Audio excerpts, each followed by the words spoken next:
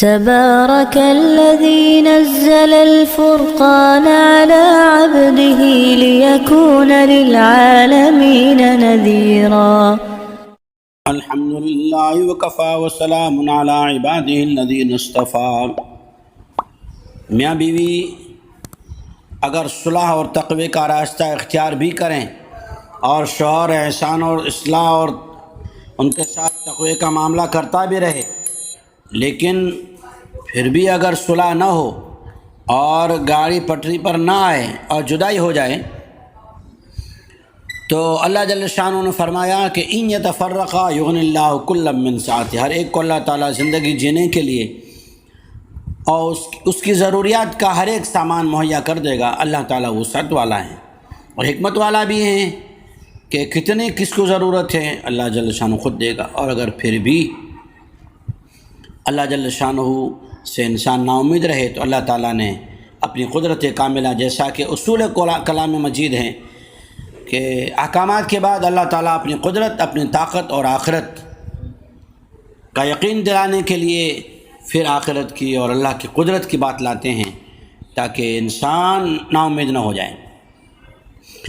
اعوذ باللہ من الشیطان الرجیم، بسم اللہ الرحمن الرحیم۔ وَلِلَّهِ مَا فِي السَّمَاوَاتِ وَمَا فِي الْأَرْضِ وَلَقَدْ وَصَّيْنَا الَّذِينَ أُوتُوا الْكِتَابَ مِن قَبْلِكُمْ وَإِيَّاكُمْ أَنِ اتَّقُوا اللَّهَ وَإِن تَكْفُرُوا فَإِنَّ لِلَّهِ مَا فِي السَّمَاوَاتِ وَمَا فِي الْأَرْضِ وَكَانَ اللَّهُ غَنِيًّا حَمِيدًا۔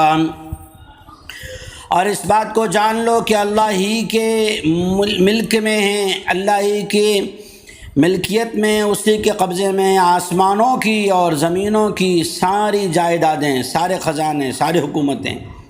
اور اللہ فرماتے ہم نے اہل کتاب کو بھی اور تمہیں بھی، اہل کتاب کو بھی تم سے پہلے اور تمہیں بھی اس بات کا حکم دے رکھا ہے کہ تم اللہ ہی سے ڈرو، تقوی اختیار کرو، اور اگر تم انکار کر دو گے تو اللہ جل شانہ تو ایسا ہے کہ آسمانوں اور زمینوں کی حکومت اسی کے پاس ہے، ساری مخلوقات اسی کے حکم پہ چلتی ہیں، اور اللہ جل شانہ بے نیاز ہے، ساری مخلوقات تعریف کرنا چھوڑ دے تب بھی حمیدہ، اللہ جل شانہ تو تعریف ہی تعریف ہیں۔ وَلِلَّهِ مَا فِي السَّمَاوَاتِ وَمَا فِي الْأَرْضِ وَكَفَى بِاللَّهِ وَكِيلًا، اور اللہ ہی کے لیے ہیں جو کچھ آسمانوں میں ہے اور جو کچھ زمینوں میں ہے، اور اللہ جل شانہ ان کی نگہبانی کرنے کے اعتبار سے، اس نظام کو چلانے کے اعتبار سے کافی ہے۔ سارے نظام کو چلانے میں اللہ کافی، اللہ کو کسی کی ضرورت نہیں۔ غنیًا حمیدہ، بے پرواہ بھی ہیں اور اسی کے لیے سب تعریف بھی ہیں۔ اور کفا باللہ وکیلا، سارے نظام میں اگر سارا نظام اس کے خلاف ہو جائے تب بھی اسے کوئی پرواہ نہیں، سارے نظام کو سنبھالنے کے لیے وہ کافی ہے۔ اپنا خیال رکھو، ان یشاء یذہبکم ایھا الناس ویأتی بآخرین وکان اللہ علی ذلک قدیرا۔ اگر اللہ چاہے تو تمہیں ہٹا دے، اے انسانو، اللہ چاہے تو تمہیں ہٹا دے اور ایسے لوگوں کو لے آئے، پیدا کرے، نہیں کہا یأتی بآخرین، یعنی اس دنیا کے علاوہ بھی کہیں ہے اللہ کی مخلوق ہے بے شک، تو اللہ تعالیٰ یہ فرمانے دوسرے مخلوق کو پیدا کر دے۔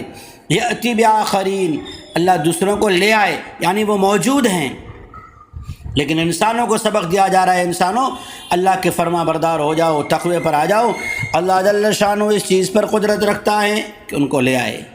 اللہ جل شانہ نے ان آیات کے اندر اپنی قدرت کاملہ بتلا کر میاں بیوی ہی کو نہیں بلکہ خاندانوں کو، ایمان والوں کو، انسانوں کو سمجھایا کہ انسان آسمانوں، 7 آسمانوں کے سامنے، زمینوں کے سامنے تمہاری حیثیت کیا ہے؟ پھر تم کس چیز پر غرور کرتے ہو، تکبر کرتے ہو، اللہ سے نہیں ڈرتے، مخلوق سے ڈرتے ہو، لوگوں سے ڈرتے ہو۔